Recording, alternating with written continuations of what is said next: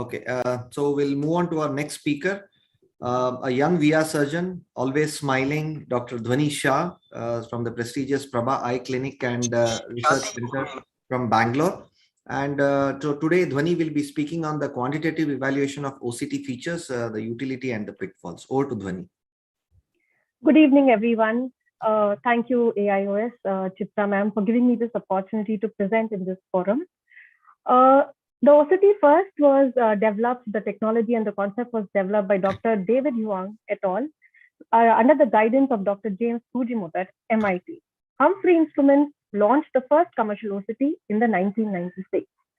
From the early 90s to now, the resolution has improved drastically. The quantitative 3D analysis of the retinal layers and the volumetric analysis of the retinal and deeper lesions is now possible. The volumetric OCT image gives the retinal layers coinciding with the specific cellular layers.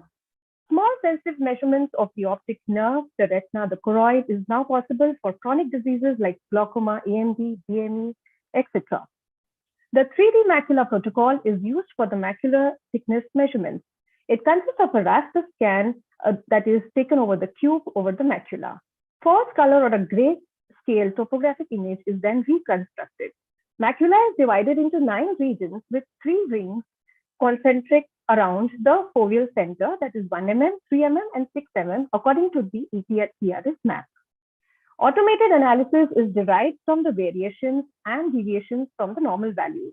Volume scan, a smaller cube will cover around 20 degrees of the retinal area, a wider cube will cover around 40 degrees of the retinal area. All commercially available OCT today will have several quantitative and automated measures. Most commonly available and used is the RNFL thickness for glaucoma and the total retinal thickness. Manual caliper function can measure the size of a macular hole and makes many such distance-based measurements. Coming to few common conditions, I'll talk about neovascular AMD first. Qualitative versus quantitative assessment have a lot of discrepancies. However, recent advances in deep learning have stipulated upsurge of automatic assessments within the OCT volume like the IRF, the SRF, the PED, the SHREM. The retina in the advanced neovascular AMD has 3 important fluid components, the IRF, the SRF, and the sub-RP. And the accumulation of the retinal fluid is a hallmark of disease activity. Quantitative measurements of these fluid spaces can be extracted efficiently by artificial intelligence algorithms. It identifies the fluid characteristics at baseline and during follow-up. It is very useful for clinical practice and research. Analysis of the fluid with artificial intelligence can revolutionize the retinal diagnostic techniques. Now, measuring the fluid in 3D space, we have manual versus automated, which is almost similar to each other. Hence, it will help for future diagnostic evaluation. So quantification of fluid is important as lower level of any fluid is associated with better visual outcomes. IRF, whether recurrent, residual, SRF, and PEDs are associated with progressive vision loss. Quantification of CST is important as a stable central foveal thickness is associated with better visual outcomes. Management based on the response to treatment can be planned. Coming to a case example, I have an 82-year-old gentleman who complains of decreased vision in the right eye since 3 months. Left eye is essentially okay. The right eye has a vision of 6/12 N10, and the fundus is showing subretinal hemorrhage, exudation, PED, suggestive of PCV. This is the baseline OCT on presentation where I have given an anti-VEGF injection. And I have serially monitored the response. And we can see how with the treatment, it has beautifully resolving. Coming to the quantitative analysis of OCT features in DME, after the advent of anti-VEGF therapy for center involving DME, central subfield thickness is become very important. OCT helps in quantification of the retinal thickness, mapping of the area of thickening, location of fluid, presence of VMT and ERM. Evaluation of foveal microstructure and retinal layers is an indicator of visual recovery after treatment. Coming to a case example, I have a 72-year-old gentleman who is a diabetic since 40 years. His vision is 6/12 parts. OCT on qualitative examination is showing a CME and a spongy edema. Thickness map shows this red-colored areas of retinal thickening. Hence, he's received anti-VEGF therapy. Post 2 months, we see that the vision has improved to 6/6 parts and the cystoid space is still persisting. However, the areas of retinal thickening, the red areas on the map, has resolved. Post 6 months treatment, He is still stable. However, 12 months post-treatment, we see that the swelling has come back. He's developed an ERM and a spongy edema. The thickness map also shows corresponding changes. Coming to the features of the choroid. Choroid is an intricate vascular network. Alterations in the choroid's anatomy can lead to functional impairments affecting itself and the retina. It is important in the macular diseases like AMD, CSR, posterior uveitis, which can compromise central vision. Recently, a new biomarker, the choroidal vascularity index, is developed. It analyzes the choroidal vasculature, and the choroidal thickness is captured on the OCT-B scans and choriocapillaris layers of the OCT-A. It helps in understanding the choroid's vascular status and quantification of the stroma, enabling the analysis of different choroidal components. However, applicability of the CVI data in general population still awaits further validation. Manual measurement is what we do commonly with the built-in caliper. However, it does not represent the choroid's complex vascular architecture. Any fluctuations in thickness could be due to the alterations in stroma or the vasculature. Qualitative analysis of the choroid is reliable and we use it. However, quantitative parameter produces repeatable results and creates a common language for clinicians and researchers all across. A case example, I have a 32-year-old lady who's coming with decreased vision in the right eye with pain. Fundus examination shows a large choroidal lesion with subretinal fluid. Entire workup of uveitis was done and she has responded well to steroids and ATP. This is my timeline from presentation to resolution. You can see that there's a large choroidal nodule near the superior arcade, which has resolved very well with treatment. Coming to a few pitfalls, we have manual measurement can cause considerable inter-observer variability. Incorrect segmentation will result in abnormal retinal thickness measurement by incorrectly identifying the inner and the outer retinal boundaries. Thickness measurement may not correlate with visual acuity and vision progresses always. Coming to a case example, I have a 72-year-old lady who's come with decreased vision in the right eye since many months. She's a diabetic and a hypertensive and the vision is 2 meters.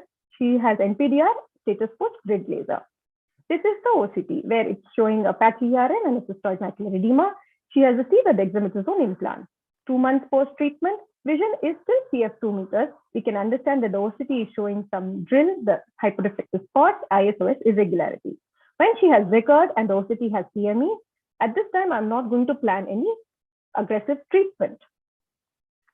We have some artifacts like the mirror artifact, which is a partial or completely inverted image, is more common in high myopes or when the focus is too near to the eye. Misalignment due to poor or eccentric fixation of the patient. We have a cut edge artifact signaling that the iris blocking the OCT beam. A surface irregularity will result in poor image, a blink artifact. Poor quality of the images due to cataract and vitreous hemorrhage will lead to unsatisfactory automated segmentation. Hence, qualitative evaluation has to be done. Machine-to-machine variation, because there is no standardized limit for the automatic determination of retinal thickness. For follow-up, it is better to use the same device platform. So to conclude, I have a few points to make. Slit lamp examination, of course, essential, but OCT is more sensitive to detect small changes. Quantitative imaging is repeatable and non-invasive, hence ideal for monitoring. Helps in evaluating the natural course of disease, severity, follow-up, and response to therapy. Appropriate acquisition technique is really necessary. Understanding the machine's capabilities helps. Artificial intelligence has the potential to revolutionize the retinal diagnostics with techniques that may help optimize the disease management. Thank you all for giving me this opportunity. Thank you, Dr. Dhwani. That was again another very amazing talk. So let's go on to the discussion. Srinivas. Yes, madam. I think good talk, Dhwani. Wonderful. You have just told us the important points. I would like to pose this question to Dr. Anirudh. Due to some emergencies, I think medical MD is leaving now in another 15 minutes. So I just would like to ask him the question. Dr. Anirudh, are you there? Or he already Yes, left? I'm here. I'm here. Okay. So as Dhwani explained, now we all know that the volumetric scans, the kind of, it's not just the SRF or the IRF, which is now being discussed. It's the PED volume at the baseline, the height of the PED, and also the CVH, that is the choroidal vascular hyperpermeability, choroidal vascular indices, that is all coming into the picture. What is your take on all these things, using these new volumetric indices in managing? I do agree, because sometimes when we see, when we are looking at the brolucizumab response in case of the height of the PED, when we see there's a drastic reduction in the height of the PED, but that does not mean that it's actually the flattening, but the volume of that PED might still be large enough. And they say that these are the CVI, the CVH always indicates the disease activity. And that is where the treatment regimen changes from PRN to treat and extend the kind of things on these kind of diseases. So what is your take on this? So I think, sir, you have made excellent points that there is a lot of stress now on volumetric analysis and anatomical response to especially new agents like brolucizumab, and now we have faricimab coming, who have been shown to have probably a better anatomical and volume response on the volumetric analysis. But I think beyond the quantitative measurements, we also have to look at the morphology of the lesions itself, and whether flattening a PED or making the retina thinner or the choroid thinner makes really a difference in the visual outcome. So at some point you have to say that there are limitations to this analysis, and you can only use them to a certain extent. But beyond, I think, especially if you have 2D analysis like CVI, for example, has taken a back seat since the time volumetric analysis has come. So there are some analysis now which are being done, especially, for example, in diabetic eyes, where we do the FAS area, which may have a relevance today. But for example, you have eccentricity analysis, you have acircularity indices. These geometric measurements may not always be relevant in clinical practice. So they are good research tools, but may not be always clinically relevant. Fantastic. Thank you. Dr. Jatinder? Excellent You point. take questions with including all our expert panel in different set of discussions. So excellent points, Anirudh. I think giving the time that we have, time constraint that we have in the clinic, going through each and every scan is going to be difficult. So once we have the AI and volumetric assessment done by the AI system, I think that will ease out, and we'll probably would not have to go and look into each and every detail of every scan throughout the zone that has been scanned. Ritesh, do you have any inputs on this subject? Volumetric analysis, how often do you use it, and what do you find is the relevance of it? I just want to add one thing what Jatinder sir said. And do you also know any of these softwares where it is commercially available, where we can use it, or a third-party softwares where we can use this volumetric for this volumetric analysis? Ritesh bhai. Yeah. So two parts to the question. Actually, two parts of the disease. With DME, we are all using quantitative and volumetric scans. So that's not something which is unfamiliar with us. We are already using it in terms of thickness maps, in terms of retinal thickness maps. We are already using it, and most of us are looking at that. In terms of AMD and specifically looking at choroid, one of the biggest challenges with all these volumetric analysis is we do not yet have normative data. So we are going to be comparing a disease from a normal. We don't have 8 specific normative data to be able to analyze it. None of the machines as of now are doing it automatically. We need to use third-party softwares like an ImageJ software, which you use to segment these images into choroid, different parameters, the choroid from the inner retina. You separate them out on ImageJ and then do these analysis on them. So yes, as Dr. Jatinder is rightly saying, it's not possible to do all of these when you're doing a clinical work sitting in your clinic. It's a great research tool as of now. Till the time AI comes in, till the time they get incorporated directly into the machine softwares, probably we are not going to be using them to that much extent clinically. Eventually, once these all parameters come, more studies happen on that, we'll see how it comes out and how relevant each of these parameters turn out to be then. Great. Just one last point. Do you think the little bit of the eccentricity of centration as compared to the previous scans that can be actually taken care of by doing this volumetric assessment? Would that be a benefit? I mean, It will be a. It is something like you're doing a slab and assessing the entire volume rather than just looking into one scan and measuring the dimensions. This is what is being done in the clinic most of the times. But if you have an entire volumetric assessment, so shifting of fluid from one zone to the other zone would be actually, whether it is because of the eccentric scan or whether it is really an increase or decrease in the fluid, would that be a guide?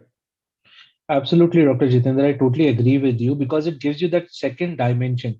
So this talk and the NFAS talk actually is giving you that third dimension to looking at an image where you're looking the image front on rather than just looking at a cut section. So you're looking at an image in the third dimension, you're looking at it in terms of volume and the phase, both add to your knowledge. And definitely we have seen, even in diabetics, we have seen the edema shrinks in volume, but the height doesn't decrease at the same time. So it does really help there. Thank you very much.